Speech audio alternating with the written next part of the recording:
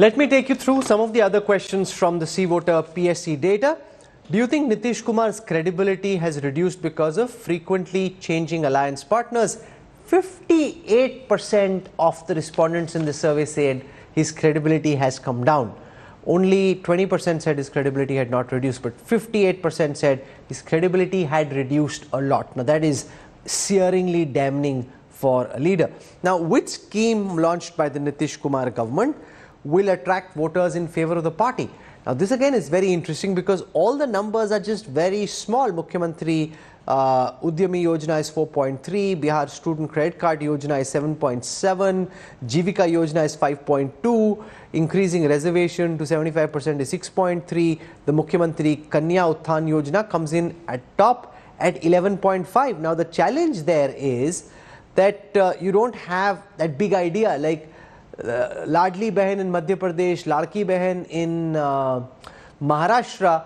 They simply don't have any scheme which flies through, and that, KC Tyagi, again is a very big problem. You don't have that one game-changing, eye-catching idea.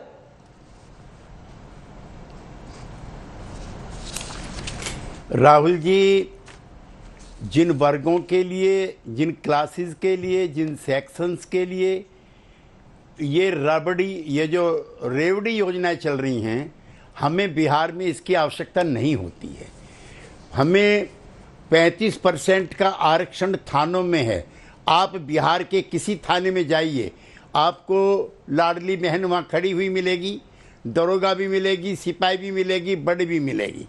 आप बिहार के किसी विद्यालय में चले जाइए, 40% 35% का आरक्षण रिजर्वेशन महिलाओं के लिए है। उन लाडली बहनों को 100 200 1000 500 रुपये देकर हमें ललचाने की ज़रूरत नहीं है। आप चले जाइए बिहार के किसी भी स्कूल में, उनको साइकिल मिली हुई है और लंबी लाइन लगी हुई है हमारी बेटियों की जो विद्यालय में जाइए। और इस टाइम 6:30 बजे हैं। आप मैरिन ड्राइव जो है वहाँ का, पटना का, वहाँ चले जाइए, मुंबई के मैरिन ड्राइव से ज़्यादा भीड़ आपको वहाँ पे मिलेगी चाट पकौड़े खाते हुए। कोई लाइन ऑर्डर की कोई प्रॉब्लम नहीं है। मैं उस बिहार में भी बहुत दिनों तक रहा हूँ जहाँ 5 बजे के बाद थाने भी बंद हो जाते। जो सी चेंज हुआ है उसको कोई भी अंडर एस्टिमेट ना करें, नंबर 1। नंबर 2, ये एक अर्बन फिनोमिना हो गया है। एंटी इनकम्बेंसी ये मोदी जी के लिए भी कह रहे थे, ये और दूसरे नेताओं के लिए भी कहते हैं। जो नेता जनता के लिए समर्पित रहते हैं, जो किसी स्कैंडल का पार्ट नहीं है, उनका चुनाव के दिन पता लगता है कि वो एंटी इनकम्बेंसी है। That's a good point you make. Yeah, KC Tyagi makes an important point. I want to put that question to Yashwant Deshmukh. The same anti-incumbency was visible very clearly on the surface, not even subterranean, above the surface in Haryana. The BJP won there. There was very clear anti-incumbency in the Lok Sabha elections in Maharashtra. They turned it around. Now that's the challenge, that your data basically suggests that the opposition has a good chance of winning. But we've seen in 2 recent elections where the data before the elections and on the day of counting was very different, Yashwant Deshmukh.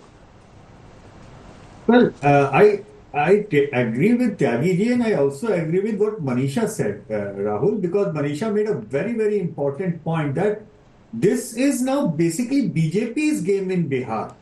And the way the BJP has been turning around with the ground mobilization and their election machinery, yes, the face remains of Nitish ji, but the emergence of BJP is very remarkable now in Bihar. Even without the face of any other leader, yes, Samrat Chaudhary has been given a chance, but his name doesn't really come up in that big a way. I mean, so BJP without a face also is right now a very, very significant part of Bihar's electoral dynamics. Okay. As far as Tejasvi is concerned, his party and his number, I mean, that's a 40% block where he is retaining himself.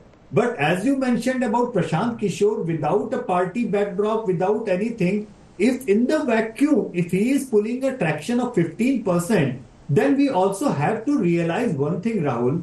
There is something out there in Bihar which is also moving in a kind of a perceived vacuum, which is... And that's a big challenge for the BJP.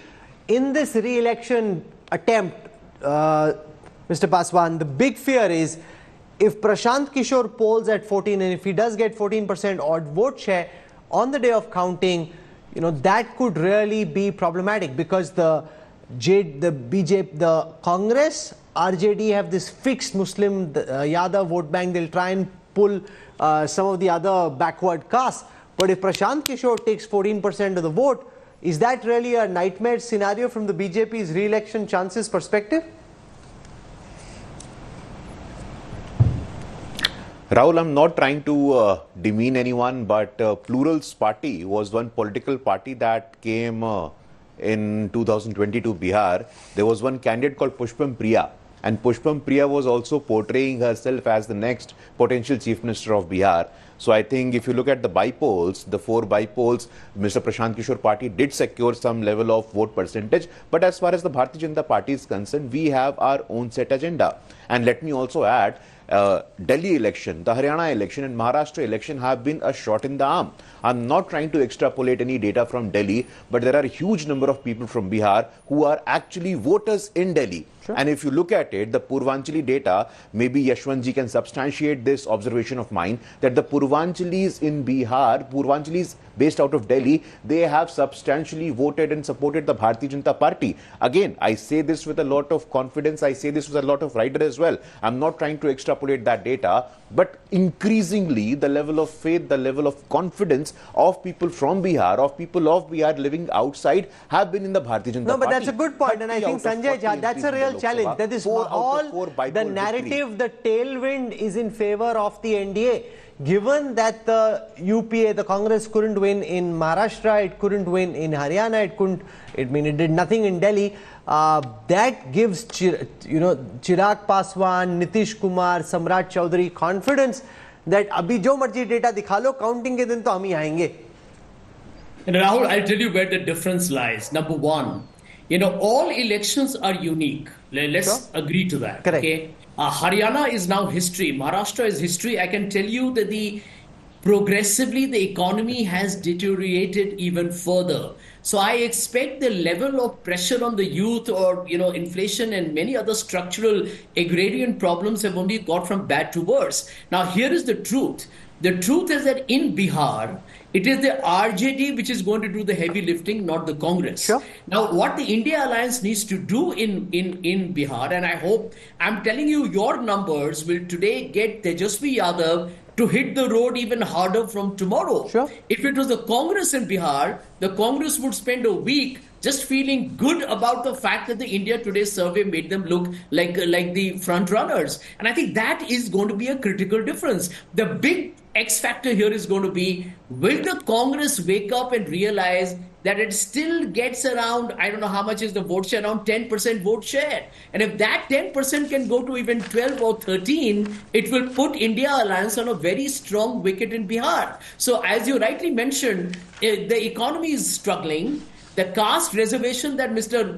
Nitish Kumar's government did, it told you that if you look at the data, Rahul, how distressing it is for Bihar. The number of postgraduates is less than 2%. The number of people having cars is around less than 1.5 to 2%. Bihar has a long way to go. And Nitish ji has done a good job. I'm not going to just criticize him for the sake of it. But, there is going to be an anti-incumbency because Bihar has done well on a very low base. It has a long, long way to go. No, but that's the where claim that the growth rate is good is not enough. That's true.